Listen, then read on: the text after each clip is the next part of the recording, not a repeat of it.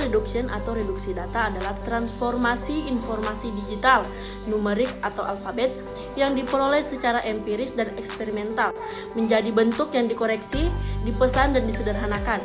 Konsep dasarnya adalah pengurangan jumlah data yang banyak ke bagian yang bermakna. Tujuan dari data reduction yaitu untuk mengatasi keterbatasan penyimpanan data dalam database atau data warehouse dan mengatasi lamanya waktu yang dibutuhkan untuk menganalisis data yang kompleks dalam tiap dataset yang lengkap. Data reduction, pertumbuhan yang sangat pesat dari akumulasi data telah menciptakan kondisi di mana data berlimpah tapi informasinya sedikit. Data preprocessing merupakan salah satu metode untuk mengatasi masalah tersebut. Salah satu bagian dalam data processing adalah data reduction atau reduksi data, yang merupakan suatu teknik yang dapat diterapkan untuk memperoleh hasil reduksi dari sejumlah dataset dengan jumlah volume data yang lebih kecil. Nah, pada metode reduksi data ini ada dua yang harus diketahui, yaitu dimensionality reduction atau reduksi dimensi. Kemudian yang kedua ada numerosity reduction atau reduksi numerik. Nah, di reduksi dimensi ada yang namanya ekstraksi fitur dan seleksi fitur. Kemudian pada numerosity reduction atau reduksi numerik ada yang namanya model regresi dan log linear. Dan yang kedua ada histogram, pengelompokan dan pengambilan sampel.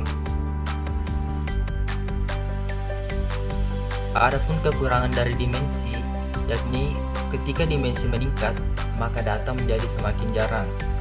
Kepadatan dan jarak antara titik yang sangat penting untuk clustering dan analisis outlier menjadi kurang bermakna, serta kombinasi yang memungkinkan dari subruang akan tumbuh secara eksponensial. Tujuan melakukan reduksi dimensi yakni menghindari kekurangan dari dimensi, membantu menghilangkan fitur yang tidak relevan, dan mengurangi noise, mengurangi waktu dan ruang yang dibutuhkan dalam penambangan data, dan memungkinkan visualisasi yang lebih mudah. Metode reduksi dimensi yang pertama yakni ekstraksi fitur. Ekstraksi fitur dapat dilakukan dengan cara one-to-one transfer dan principal component analysis atau yang biasa disebut dengan PCA. Sedangkan untuk metode reduksi yang kedua yakni seleksi fitur dapat dilakukan dengan pendekatan filter, wrapper, dan embedded. Ekstraksi fitur dengan principal component analysis yang disingkat PCA. Metode ini hanya berfungsi untuk data numerik yang diberikan vektor data n dari dimensi minus n, lalu temukan q kurang dari n. Vektor ortogonal komponen utama yang paling baik digunakan untuk memperhatikan data yang metode tadi itu. Berikut ini langkah-langkah yang perlu dilakukan. 1. Normalisasi data input. Setiap atribut berada dalam kisaran yang sama. Yang kedua, hitung vektor ortonormal unit, yaitu komponen utama. Dan ketiga, setiap data input vektor adalah kombinasi linear dari nilai k vektor komponen utama. Lanjut keempat, komponen utama diurutkan dalam urutan decreasing atau dalam kurung biasa disebut menurun, signifikansi atau kekuatan. Yang terakhir, kelima, karena komponen diurutkan, ukuran data dapat dikurangi dengan menghilangkan komponen yang lemah, yaitu komponen dengan varian rendah. Metode ini merupakan cara lain untuk melakukan reduksi dimensi data untuk atribut yang redundan, yakni duplikasi sebagian atau semua dari informasi yang terdapat dalam satu atribut atau lebih banyak atribut lainnya. Contohnya, harga beli suatu produk dan jumlah pajak penjualan yang dibayar. Kemudian untuk atribut yang tidak relevan, yakni tidak mengandung informasi yang berguna untuk tugas data main yang ada. Contohnya itu ID siswa sering tidak relevan dengan tugas memprediksi APK siswa. Lalu pendekatan seleksi fitur. Sejumlah pendekatan yang diusulkan untuk fitur seleksi dapat dikategorikan secara luas dalam 3 klasifikasi, wrapper, filter, dan embedded. 1. Dalam pendekatan filter, analisis statistik dari set fitur diperlukan tanpa menggunakan mode pembelajaran apapun menurut Das dan Liu pada tahun 1997. Dapat menggunakan formation gain, t-square, log-log ratio, dan lain-lain. Lalu kedua, dalam pendekatan wrapper, model pembelajaran yang telah ditentukan diasumsikan di mana fitur dipilih yang membenarkan kinerja pembelajaran model pembelajaran tertentu. Menurut Guyon dan Elsevier pada tahun 2003, dapat menggunakan forward selection, backward elimination, randomized field landing, dan lain-lain. Pendekatan seleksi fitur yang ketiga yaitu pendekatan embedded. Pendekatan embedded mencoba untuk memanfaatkan kekuatan pelengkap, pendekatan pembungkus, dan filter. Pendekatan embedded dapat menggunakan decision tree, weighted left bias, dan lain-lain. Perbedaan antara pendekatan wrapper versus pendekatan filter. Pendekatan wrapper atau wrapper approach yang pertama yaitu original feature set atau kumpulan fitur asli. Kemudian ke subset generation atau generasi subset. Setelah itu kita ke subset evaluation using learning algorithm atau evaluasi subset menggunakan algoritma pembelajaran. Apabila ada subset fitur yang menonjol, kita menyeleksi subset tersebut. Kemudian kita ke subset generation atau generasi subset dan ke subset evaluation using learning algorithm. Dan yang terakhir yaitu performance measure atau ukuran kinerja. Pendekatan filter atau filter approach yang pertama yaitu original feature set. Di sini terdapat kumpulan fitur asli. Kemudian kita ke fitur subset selection atau pilihan subset fitur. Kemudian kita menyeleksi subset fitur yang menonjol. Setelah itu kita ke learning algorithm atau algoritma pembelajaran. Dan yang terakhir yaitu performance measure atau ukuran kinerja.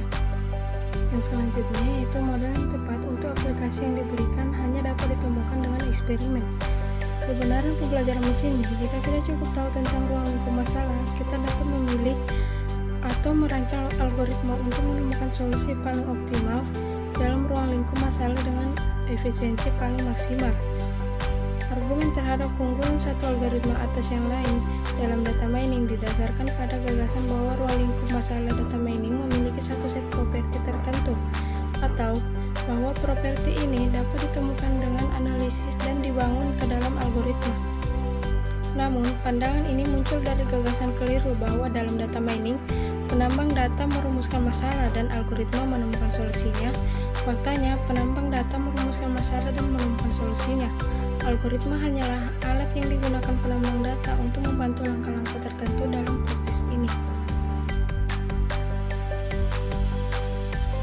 Dalam reduksi numerik akan dilakukan pengurangan volume data dengan memilih alternatif bentuk representasi data yang lebih kecil. Ada dua metode yang dapat dilakukan, yakni metode parametrik dan metode non-parametrik. Yang pertama yaitu metode parametrik. Pertama itu regresi. Asumsikan data cocok dengan beberapa model. Perkirakan parameter model dan simpan hanya parameternya saja dan buang data kecuali kemungkinan outlier. Dalam regresi linear, data dimodelkan agar sesuai dengan garis lurus. Seringkali menggunakan metode kuadrat terkecil agar sesuai dengan garis. Dalam regresi berganda, mengizinkan variabel respons Y dimodelkan sebagai fungsi linear dari vektor fitur multidimensi. Yang kedua itu model log linear. Dapatkan nilai pada titik di ruang MD sebagai produk pada subruang marginal yang sesuai. Dalam model ini mendekati distribusi probabilitas multidimensi diskrit.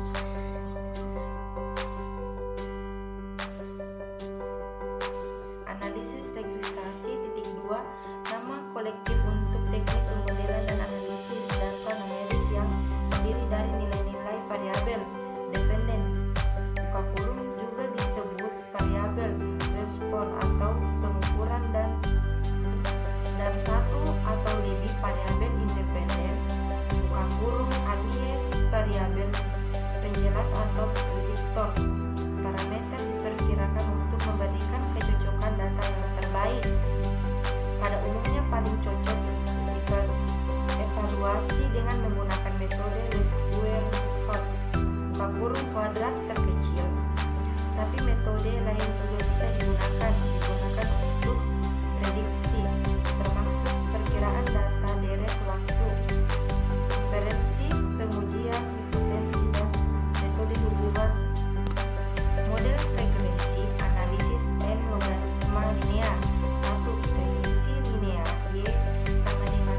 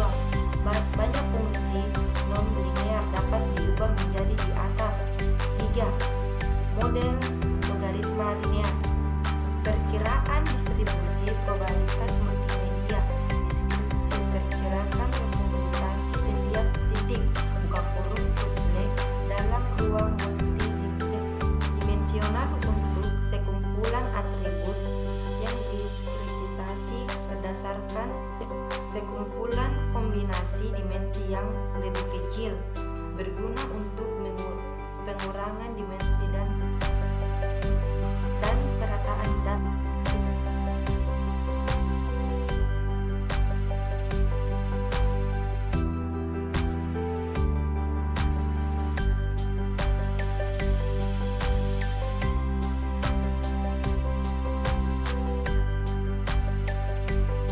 Yang pertama adalah simple random sampling. Maksudnya adalah ada probabilitas yang sama untuk memilih item tertentu. Yang kedua adalah sampling without replacement. Setelah suatu objek dipilih, ia dikeluarkan dari populasi. Yang ketiga adalah sampling with replacement, yaitu objek yang dipilih tidak dihapus dari populasi. Yang keempat adalah stratified sampling, atau memakai kumpulan data dan menggambar sampel dari setiap partisi atau secara profesional, kira-kira presentasi sama dari data. Yang terakhir adalah digunakan bersamaan dengan data yang mirip.